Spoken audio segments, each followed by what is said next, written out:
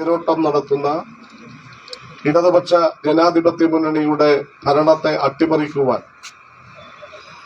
UDF-ഉം BJP-യും ചേർന്നുകൊണ്ട് ഒരു അവിശുദ്ധ മുന്നണിയുടെ കൂട്ടുകെട്ട് വരാൻ പോകുന്ന തെരഞ്ഞെടുപ്പിൽ അവരുടെ ഐക്യം പ്രകടമാക്കുന്ന രൂപത്തിലാണ് ഇന്ന് കായംകുളം നഗരസഭയിൽ ഇവിടെ ഈ അവിശ്വാസ പ്രമേയം കൊണ്ടുവന്നത്. ഈ അവിശ്വാസ പ്രമേയം നടക്കുമ്പോൾ BJP-യും കോൺഗ്രസും ഒരുമിച്ച് നിന്നുകൊണ്ട് ഈ നഗരസഭയിൽ അവിശ്വാസ പ്രമേയത്തിന് അനുകൂലമായി ബഹളം വെക്കുമ്പോൾ പ്രിയപ്പെട്ടവരെ, നമ്മൾ കാണുന്നു നിലമ്പൂരിൽ തെരഞ്ഞെടുപ്പ് നടക്കുക. ആ തെരഞ്ഞെടുപ്പിൽ BJP-യും കോൺഗ്രസും ഒന്നാണ് എന്ന് കാണിക്കുന്നതാണ് ഇന്ന് കായംകുളത്ത് നടന്നതിന്റെ ഉദാഹരണം. അതാണ് ഉത്തമമായി നമുക്ക് ബോധ്യപ്പെടുകയാണ് BJP-യും കോൺഗ്രസും ഒന്നാണ് എന്ന്.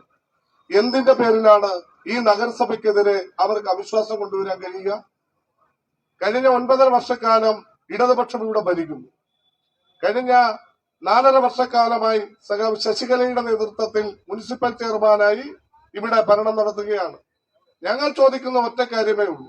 1924 മുതൽ ഈ നഗരസഭ പ്രവർത്തനം നടത്തുന്നതാണ്. എത്രയോ പ്രഗത്ഭന്മാരായ ആളുകളാണ് ഇവിടെ നഗരസഭാ ചെയർമാൻമാരായി തീർന്നിട്ടുള്ളത്. ഈ ഘട്ടത്തിലെല്ലാം ഇടതുപക്ഷം ഭരിക്കുമ്പോഴാണ് കായംകുളം നഗരസഭ മുന്നോട്ട് വന്നിട്ടുള്ളത്. ഇടതുപക്ഷമല്ലാതെ മറ്റാരെന്ത് ചെയ്തിട്ടുണ്ട്? ഇപ്പോ ഈ കായംകുളം ഗവൺമെന്റ് ആശുപത്രി 50 കോടി രൂപയിലധികം ചെലവഴിച്ച വലിയ കെട്ടിടങ്ങൾ പണിയുകയാണ്. നിങ്ങളുടെ കാലത്ത് എന്തായിരുന്നു കായംകുളം ഈ നഗരസഭയുടെ കീഴിലുള്ള ഈ ഗവൺമെന്റ് ആശുപത്രി? ഓരോന്നും നമുക്ക് എണ്ണി നോക്കാം. നമ്മുടെ കൺമുമ്പിൽ കാണുന്ന കായംകുളം ബോയ്സ് ഹൈസ്കൂൾ, അപ്പുറത്ത് girls high school, town UPS, Krishnapuram JTS തുടങ്ങിയിട്ടുള്ള സർക്കാർ സ്കൂളുകൾ. ആ സ്കൂളുകളുടെ അവസ്ഥ മാറ്റിയത് ഈ ഗവൺമെന്റാണ്.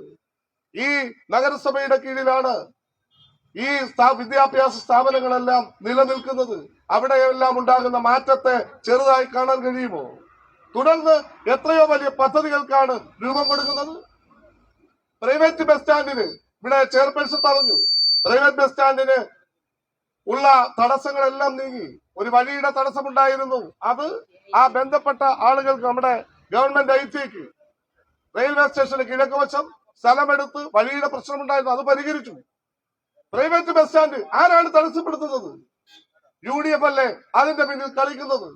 കായംകുളം നഗരസഭയിൽ ഒരു വികസനവും വരാൻ UDF അംഗീകരിക്കുന്നില്ല. മാലിന്യ സംസ്കരണ പ്ലാന്റിന്റെ ഉദ്ഘാടനം ഏതാണ്ട് അതിന്റെ ഉദ്ഘാടനം മാത്രം നടത്തിയാൽ മതി. ഏതാനും ദിവസങ്ങൾക്കുള്ളിൽ നടത്താൻ കഴിയുന്ന രൂപത്തിലേക്ക് തയ്യാറായി കഴിഞ്ഞു.